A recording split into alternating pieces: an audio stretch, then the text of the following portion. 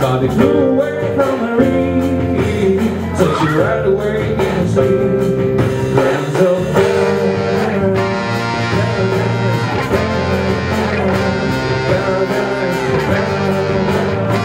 paradise, every time she closes her eyes.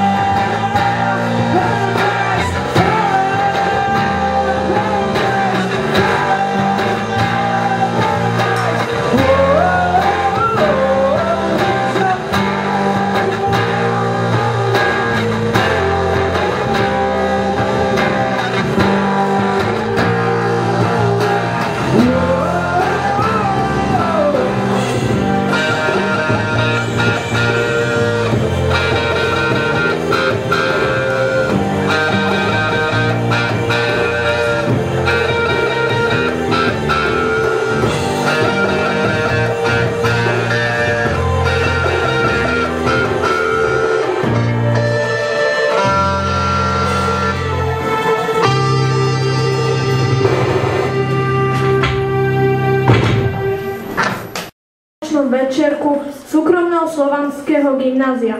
Dúfame, že sa u nás budete cítiť príjemne.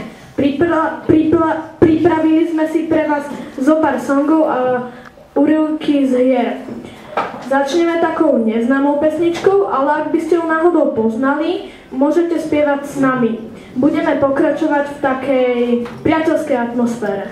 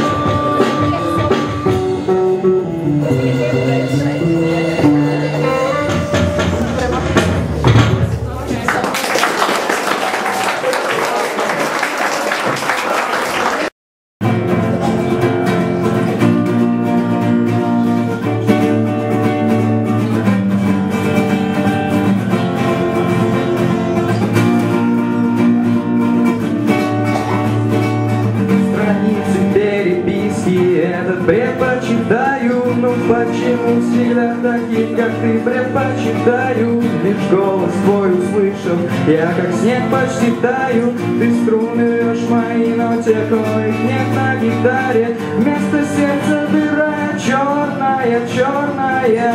Ветер в голове гудит ни о чем, но я продолжаю по тебе исходить тоской. Рвать гитар, кричать пустой, потолок, постой.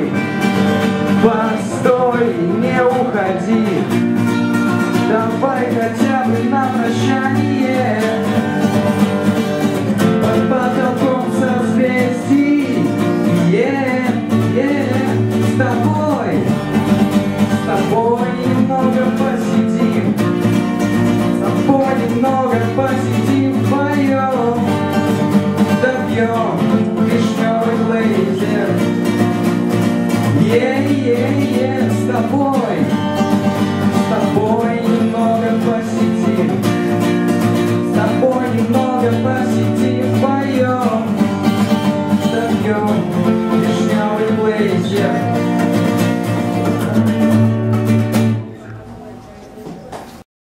Posudzujem podľa toho, či sa to stalo predtým alebo potom. Spomínam si na každý detail, každý okamih, každý útržok informácie presne tak, ako prichádzali. Ponáhľala som sa dokončiť 44. stranou majovo-júnového dvojčísla mojich vedcov. Ale nie preto, že by som im písala alebo redigovala. Musela som dávať veľký pozor, keďže používali ten lacný rozmnožovací postup a hociaká chyba by sa odrazila na konečnom výsledku. Raz mi kvarlo trochu lepidla na januárovo-februárové dvojčíslo.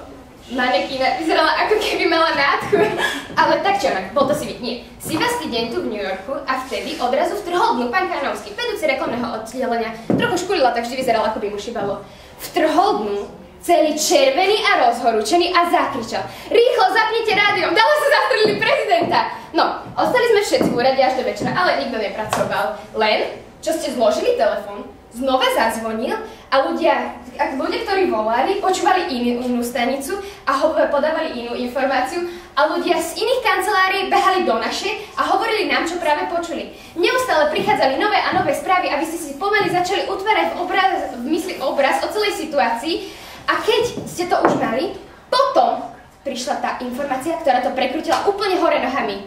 A potom, ani nie o hodinu na to, aj keby sa to zdalo, ako by to trvalo o mnoho dlhšie, v rádiu hlásili, že prezident je úplne mimo nebezpečenstva a všetko je v najlepšom poriadku.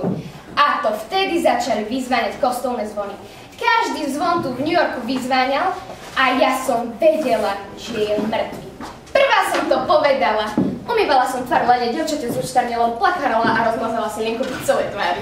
No, stála som práve pri telefóne, keď zazvonil. Dvihla som ho a moja mama hovorila: Vanda, poď domov, dostane sa z toho. A to vtedy začali tie zvony vyzváňať.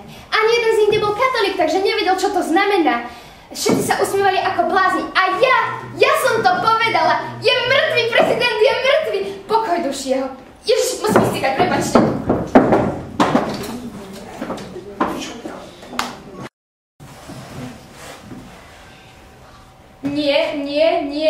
Nie som žiadna matka Teresa, mami. Robím to, lebo potrebujú pomoc. Ty všetko zvládaš skvelé aj sama. Mami, prosím ťa, nezačínaj s tým zase. Nemôžem ťa prísť navštíviť, mám toho teraz veľa. Mami, 500 kilometrov je poriadna diaľka. Viem, že nie až taká, ale je to dosť. Áno, viem, že existujú aj vlaky a lietadlá, ale človek musí mať aj čas, aby mohol cestovať.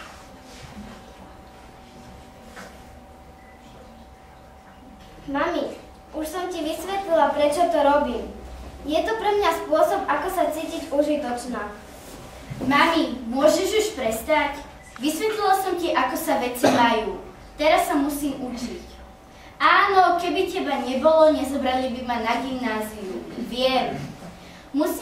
Musím ti pripomenúť, že na prijímací pohovor som išla sama. Ty si tam nebola. S obrovskou pravdepodobnosťou ma zobrali preto, lebo zistili, že som na niečo dobrá. Tak dobre, ako chceš.